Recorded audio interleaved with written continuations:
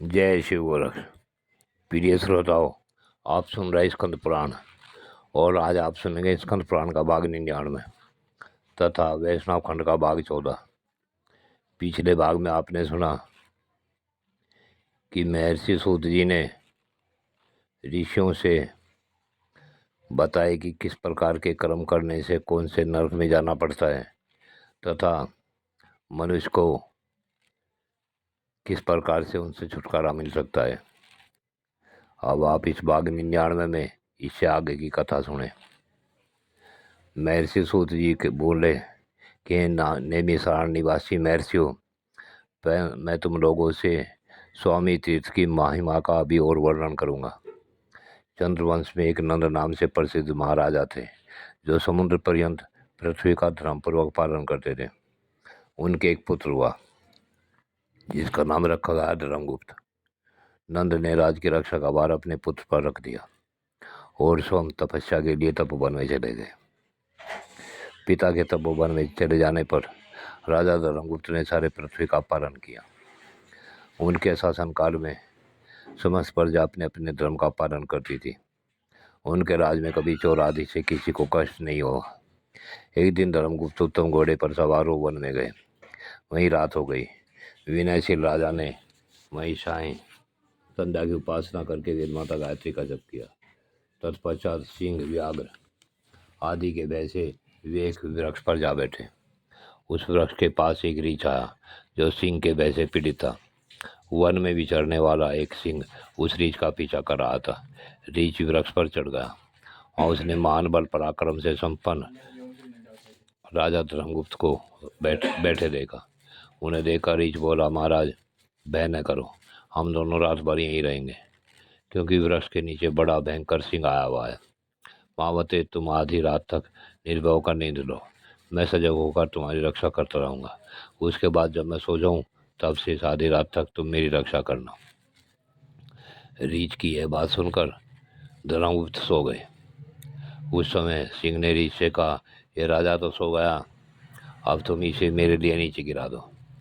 तब धर्मांग रीछ ने सिंह को उत्तर दिया, वनचारी मृगराज, तुम धर्म को नहीं जानते और विश्वासघात करने वाले प्राणियों को संसार में बड़ा कष्ट भोगना पड़ता है, और मित्रद्रोहियों का पाप 10,000 यज्ञों के अनुष्ठान से भी नष्ट नहीं होता।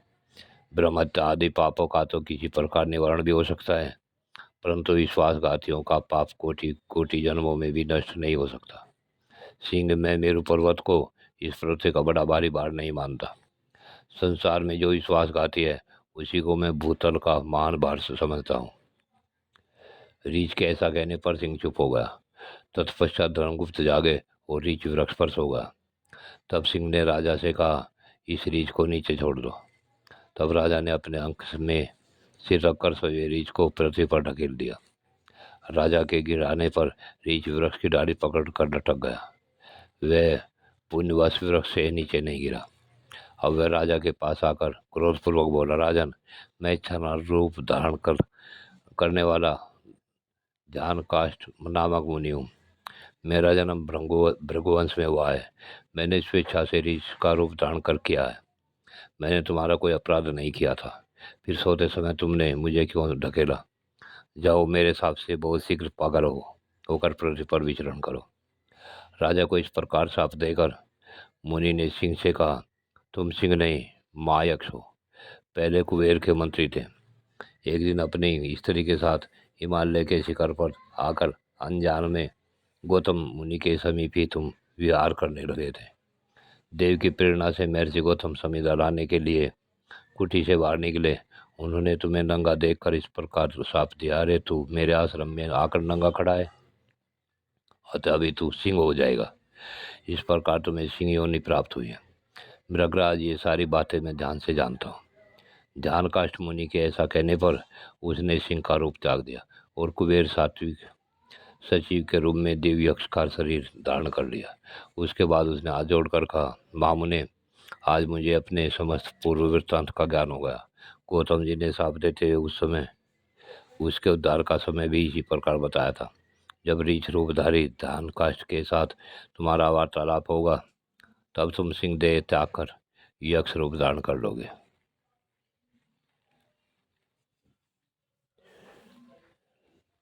ऐसा कह वक्ष यक्षराज मुनिवर ध्यान काष्ठ को प्रणाम करके उत्तम विमान पर बैठा और अलकापुरी को चला गया।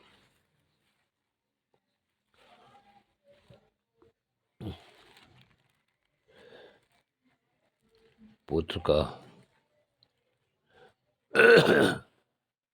नृपश्रेष्ठ धर्मगुप्त को पागल के रूप में देखकर मंत्री लोग उन्हें नर्मदा के तट पर उनके पिता नंद के पास ले गए और यह बताया कि आपके पुत्र की बुद्धि विकृत हो गई है।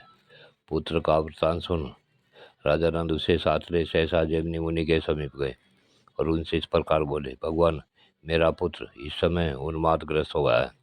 माँ मुनि, इस रोग के निवारण का कोई उपाय बताइए।